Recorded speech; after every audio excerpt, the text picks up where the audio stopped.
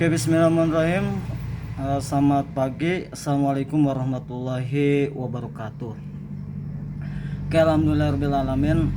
Senang sekali pada hari ini kita bisa bertemu kembali. Semoga kabarnya hari ini baik, diberi kesehatan, diberi kebahagiaan dan keberkahan tanpa kekurangan satu hal apapun. Oke, melanjutkan materi hari ini, kita akan membahas tentang alat pembayaran dalam ekonomi. Di sini ada beberapa ada beberapa bagian dalam alat pembayaran ini. Yang pertama yang akan kita bahas adalah tentang pengertian alat pembayaran. Oke, yang kedua kita akan membahas tentang jenis-jenis alat pembayaran. Yang ketiga pembahasannya adalah tentang uang. Yang keempat kita akan membahas tentang fungsi uang. Yang kelima kita akan membahas tentang kelemahan dan kelebihan alat pembayaran. Sedangkan yang terakhir kita akan membahas tentang permasalahan dalam uang. Oke, yang pertama kita bahas adalah pengertian alat pembayaran. Di sini dijelaskan bahwa alat pembayaran yaitu segala sesuatu yang digunakan manusia untuk membayar kebutuhannya. Kebutuhannya ini adalah berupa produk, baik berupa barang maupun jasa. Oke, selanjutnya kita membahas tentang jenis-jenis alat pembayaran. Bahwa secara umum alat pembayaran ini ada dua. Yang pertama adalah alat pembayaran tunai. Yang kedua adalah alat pembayaran non tunai. Alat pembayaran tunai yaitu alat pembayaran yang bentuk atau fisiknya terlihat secara langsung, baik jumlah maupun nominalnya. Contohnya di sini adalah uang. Yang kedua di sini adalah alat pembayaran non tunai, yaitu alat pembayaran yang bentuk atau fisiknya tidak terlihat, baik jumlahnya maupun nominalnya. Contohnya di sini ada cek, ada giro, ada ATM, ada kartu kredit, ada e-money dan ada e-digital. Oke, selanjutnya kita akan membahas tentang uang. Di sini dijelaskan bahwa uang adalah suatu benda yang diterima dan disepakati secara umum sebagai alat pembayaran yang sah untuk membayar suatu produk, baik berupa barang maupun jasa. Sejarah ditemukan uang. Di sini dijelaskan bahwa uang ditemukan oleh bangsa Lydia atau Turki Utsmani, yaitu berupa uang logam pada abad ke-7 sebelum Masehi. Sedangkan uang kertas ini ditemukan oleh bangsa Cina pada abad 1 Masehi. Oke, selanjutnya kita membahas tentang fungsi uang. Yang pertama adalah untuk membeli dan membayar barang atau jasa, ya. Sedangkan yang kedua di sini adalah untuk membayar hutang. Sedangkan yang ketiga fungsi uang adalah untuk memindahkan kekayaan. Sedangkan yang keempat di sini adalah sebagai satuan hitung. Oke, selanjutnya kita membahas tentang jenis-jenis uang. Dalam ekonomi di sini dikenal beberapa jenis uang. Yang pertama di sini ada uang kartal. Ini adalah uang yang dikeluarkan oleh bank sentral. Sedangkan yang kedua di sini adalah uang giral, artinya uang dalam berupa simpanan. Sedangkan yang ketiga kita di sini mengenal adalah uang dalam negeri, yaitu uang yang dikeluarkan oleh suatu negara tertentu. Oke, selanjutnya di sini ada uang internasional, yaitu uang yang digunakan sebagai alat untuk membeli dan membayar kegiatan ekonomi secara global atau internasional. Selanjutnya kita membahas tentang uang kertas, yaitu uang yang bahannya terbuat dari kertas.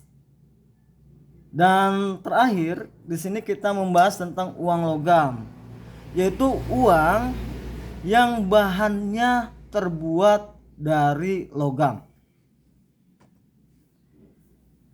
Selanjutnya kita membahas adalah tentang alat pembayaran non tunai. Di sini ada beberapa contohnya. Yang pertama di sini ada cek.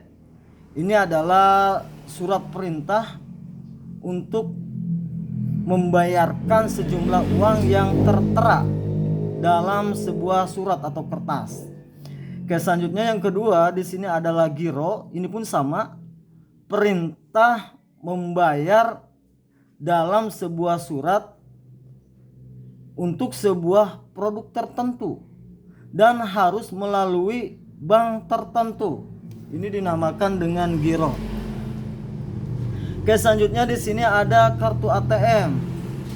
Sama, ini berupa kartu. Ini pun adalah alat pembayaran non tunai juga. Ini bisa digunakan melalui mesin-mesin ATM. Selanjutnya di sini ada kartu kredit. Sama, ini adalah alat atau kartu yang digunakan untuk belanja.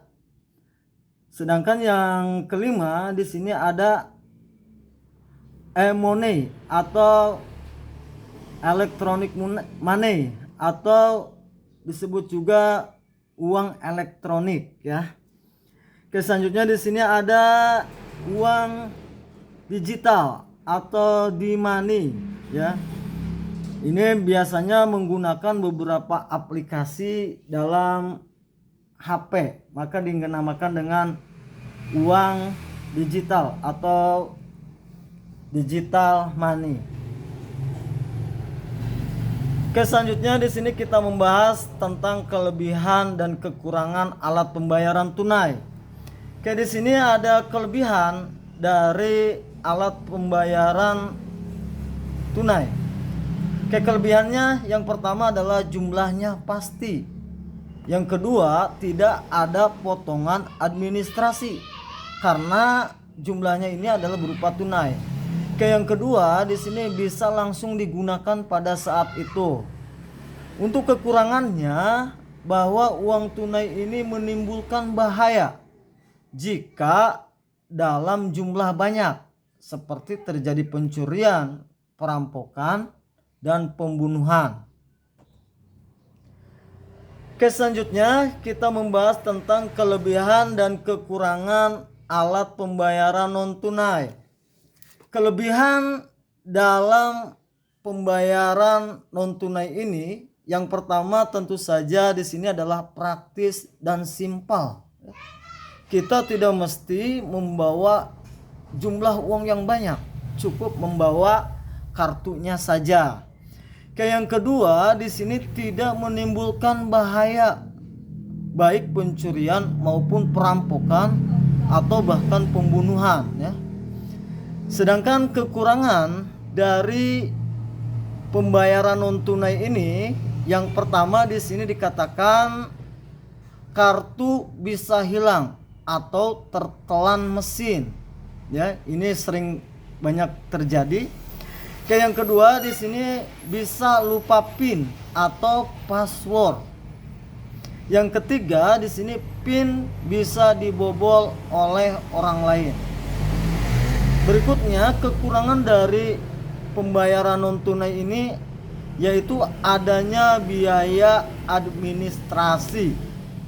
Dan terakhir di sini kekurangan dari pembayaran non tunai adalah adanya debt collector jika tidak membayar tagihan yang tertera dalam kartu tersebut.